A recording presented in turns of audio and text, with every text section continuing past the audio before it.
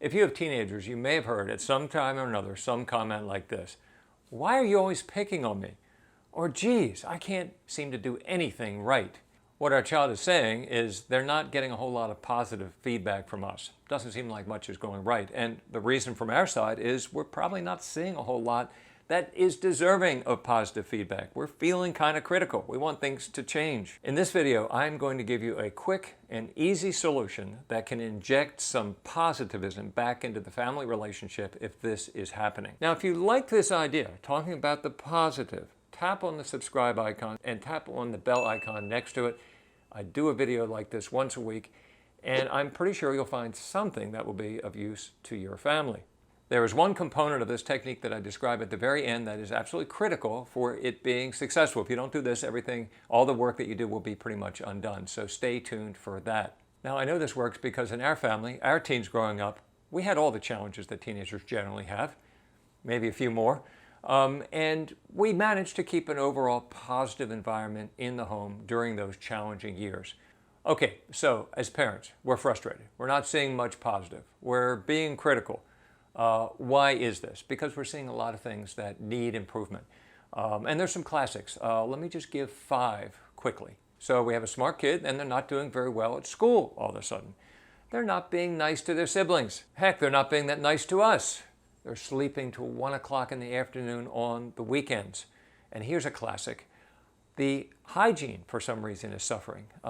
Let's say your child isn't really washing their hair as often as they should.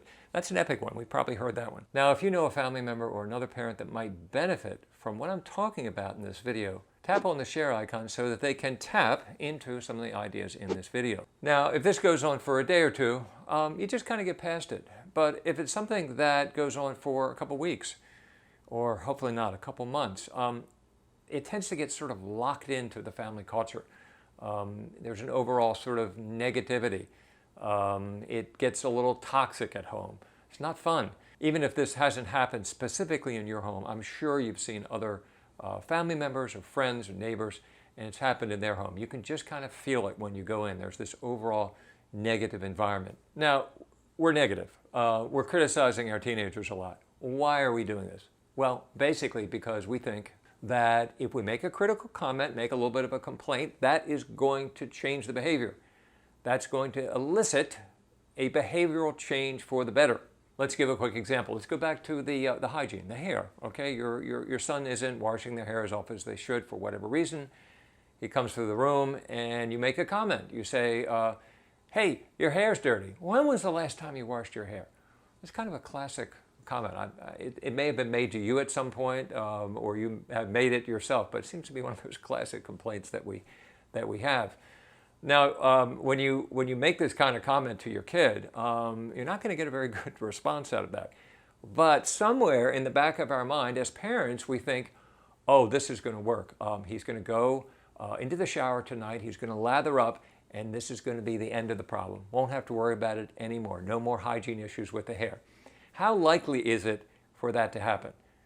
It's almost impossible. It just doesn't work. As a matter of fact, I would say that when we do something like this as parents, it's almost like we're falling into a sort of a magical thinking. We're believing in magic. We believe somehow or another this is going to make the change just by saying a few words.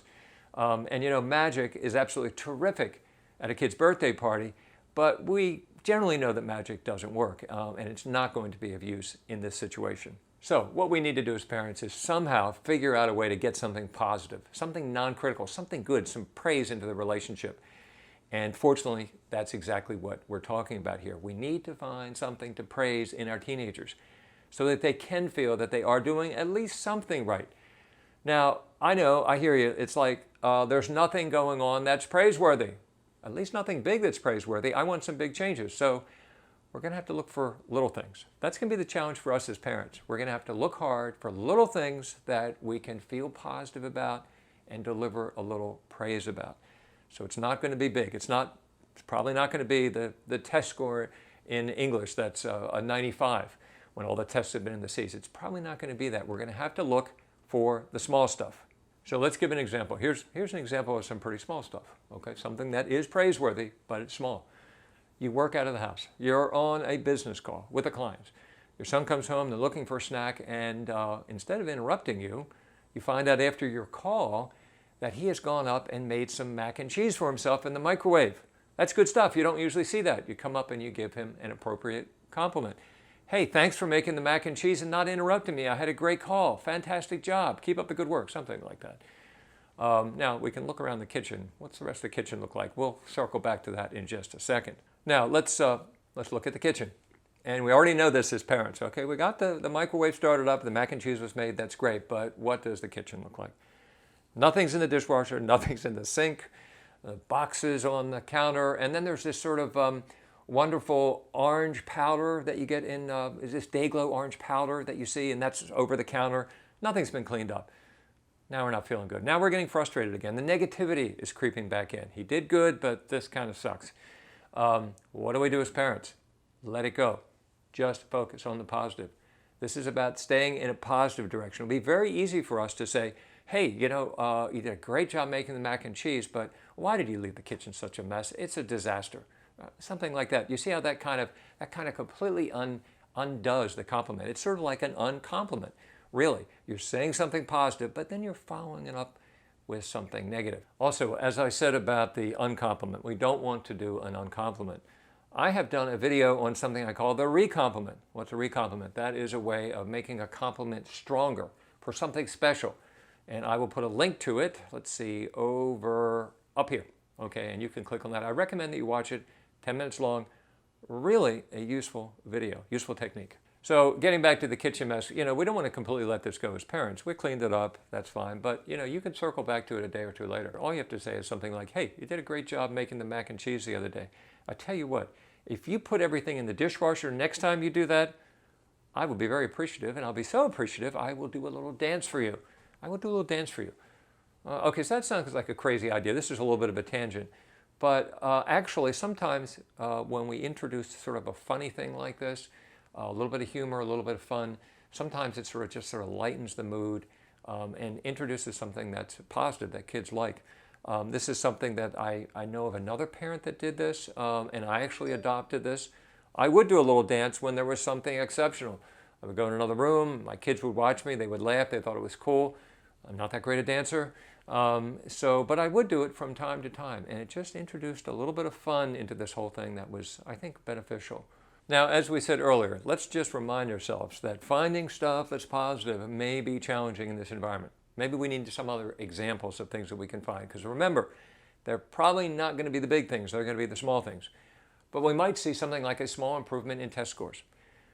Maybe we're going from a C- to a B-. Not where we want to be, but better, worthy of some praise.